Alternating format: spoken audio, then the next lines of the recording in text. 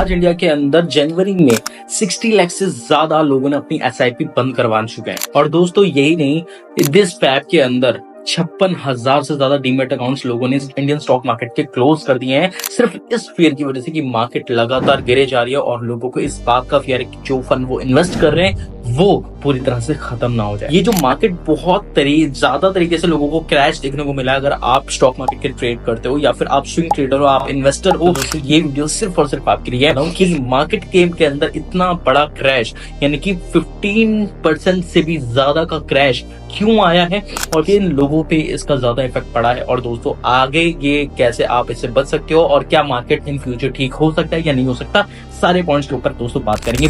बहुत ज्यादा important data आप सभी लिए दोस्तों लेके आए हो ताकि आप सभी ज्यादा से ज्यादा समझ सकें। एंड ये जो फियर आपके मन में है कि भाई हमें आगे इन्वेस्ट करना चाहिए या नहीं करना चाहिए, सारे पॉइंट को मैं इस वीडियो के अंदर कवर अप करूंगा। इस चैनल के ऊपर नया है तो चैनल को सब्सक्राइब कर दीजिएगा। मिलते हैं, स्टार्ट करते हैं इस वीडियो को। इंडियन स्टॉक मार्केट इतनी ज्यादा लेवल पे क्यों क्रैश कर रहा है? सिंपल सी चीज है, अगर आप देखोगे, अगर रिपोर्ट में अगर आपको दिखाऊं तो जिस कंपनी की वैल्यूएशन 1 बिलियन से ज्यादा है 528 भारत के अंदर हैं, जिसमें से दोस्तों 400 से भी ज्यादा कंपनीज आज माइनस के अंदर चल रही हैं। अगर देखा जाए तो 500 मिलियन से ज्यादा की जो कंपनी है वो इंडिया के अंदर 4000 से ज्यादा रजिस्टर्ड है, जिसमें से 1000 से ज्यादा कंपनीज आज माइनस के अंदर लॉस में चल रही हैं। अब इसके पीछे जो सबसे बड़ा जो रीजन है वो 3 बहुत बड़े रीजन है जिसकी वजह से ये बहुत बड़ा गिराव मार्केट के अंदर आया है। जो सबसे पहला रीजन है दैट इज IIF, यानी इंटरनेशनल जो इन्वेस्टर्स हैं जिन्होंने इंडियन स्टॉक मार्केट के अंदर, इंडियन मार्केट के अंदर इन्वेस्ट किया हुआ है। मार्केट के अंदर इतना ज्यादा तेजी से गिरावट देखने की वजह से और रिपोर्ट खराब आने की वजह से जो आपकी दिसंबर की जो रिपोर्ट आई है ये इतनी ज्यादा खराब आई है, जिस वजह से जो IIF है यानी कि आउट ऑफ इंडिया इन्वेस्टर्स हैं, यानी कि इंटरनेशनल जो इन्वेस्टर जो जिन्होंने इंडियन स्टॉक मार्केट के अंदर इन्वेस्ट किया हुआ था वो अपने सारे शेयर्स को सेल करके जा चुके हैं। और दोस्तों ये शेयर जो है कुछ 2000, 3000, 4000 करोड़ के नहीं है, ये है 1 लाख करोड़, 2 लाख करोड़, 3 लाख से ज्यादा करोड़ की ये निकाल के जा चुके हैं दोस्तों। और सबसे बड़ा रीजन जो बहुत मेजर यहाँ पे सुनने को आ रहा है दैट इज कि जो डोनाल्ड ट्रम्प है, हमारे ट्रम्प साहब जो है, जिन्होंने एक के बाद एक अनाउंसमेंट करे जा रहे हैं कि हम जो है टेरिटरी लगा देंगे, हम जो है मार्जिन लगी, ये सारी चीजें लगा देंगे। तो उसकी वजह से जितने भी सारे जो देश इनफैक्टेड इंक्लूडिंग इंडिया, वहां पे बहुत ज्यादा इम्पैक्ट पड़ रहा है। जीडीपी के ऊपर बहुत ज्यादा इफेक्ट पड़ रहा है। बहुत सारे जो कॉर्पोरेट्स के अंदर लोग हैं, इंडिया का जो माल है वो अगर फॉरेन जा रहा है तो उसके ऊपर बहुत ज्यादा वहां पे इन्फ्लेशन आपको देखने को मिल रही है, राइट। और दोस्तों जो तीसरा सबसे बड़ा कारण है दैट इज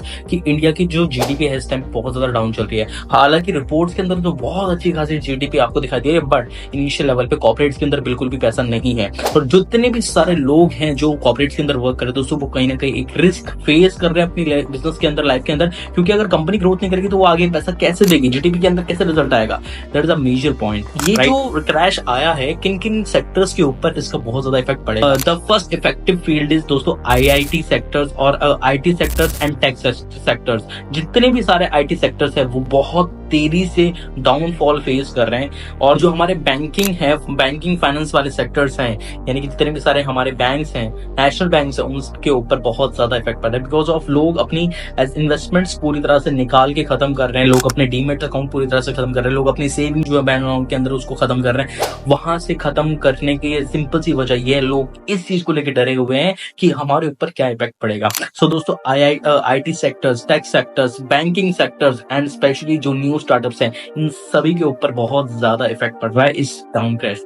अब बहुत सारे लोग ये सोच रहे हैं कि यार, क्योंकि अब देखो सिंपल सी चीज है, अगर एक मान के चलो कि कोई दिक्कत अगर आ रही है, पूरी इकोनॉमी के ऊपर फर्क पड़ रहा है इस चीज में, जो लोग हैं जिन्होंने ऑलरेडी सेफ इन्वेस्टमेंट की हुई है वो भी इस बात से डर रहे हैं कि यार कहीं हमारा जो फंड है वो खत्म ना हो जाए, जिसकी बेसिस पे वो अपने फंड्स को निकाल के भाग रहे हैं, जिसकी बेसिस पे वो अपने डीमेट अकाउंट को बंद करवा रहे हैं। तो ये सबसे बड़ा रीजन है इन फील्ड के ऊपर आ रहा है, राइट। दोस्तों अब बात यही कर रहे थे कि एक्चुअल में क्या ये सही है कि आपको अपना डीमेट अकाउंट बंद करवाना चाहिए या फिर आपको अपना SIP बंद करवानी चाहिए। वॉरेन बफेट, आपने अगर सुना होगा तो वॉरेन बफेट एक चीज कहा करते थे, जब मार्केट बहुत ज्यादा डरा हुआ हो तो आपको कॉन्फिडेंशियली इन्वेस्टमेंट करनी चाहिए, या फिर जब मार्केट बहुत ज्यादा बेच रहा हो तो आपको खरीदना शुरू कर देना चाहिए, राइट। एंड ये एज इट इज वही सिचुएशन। जितने भी सारे लॉन्ग टर्म इन्वेस्टर्स हैं 15 साल, 10 साल, 20 साल के लिए इन्वेस्टमेंट की हुई है दोस्तों, उनको इसका बहुत मोटा फायदा मिलने वाला है। बिकॉज जो कंपनी का जो प्राइसेस है, जो शेयर्स का प्राइस है, वो बहुत तेजी से गिर रहा है।